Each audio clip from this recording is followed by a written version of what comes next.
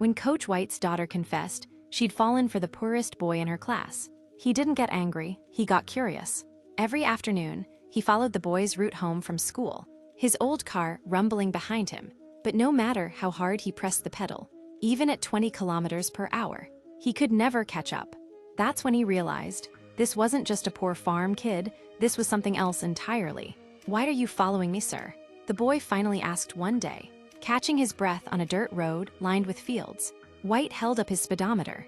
"Do you know how fast you were running?" 20 kilometers an hour. The boy just shrugged, wiped his sweat, and jogged off into the setting sun. He had no idea that his speed would soon change both their lives forever. Before McFarland, Jim White had been a respected football coach at a top city school, until a moment of rage ended it all. One thrown cleat, one broken nose, and his career was over. No school wanted a coach with a temper, so when a small farming town in California offered him a last chance, he had no choice but to take it. But McFarland was a different world. No fast food, no city lights, just acres of dirt, dust, and hardworking families. On his first night, White took his family to the only restaurant in town, where even the menu reminded them they were far from home. Moments later, a gang of local street racers catcalled his daughter, forcing White to peel away in humiliation.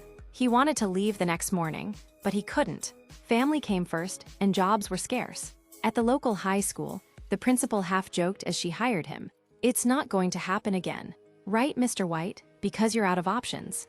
And so began his reluctant teaching career in McFarland. His PE classes were chaos.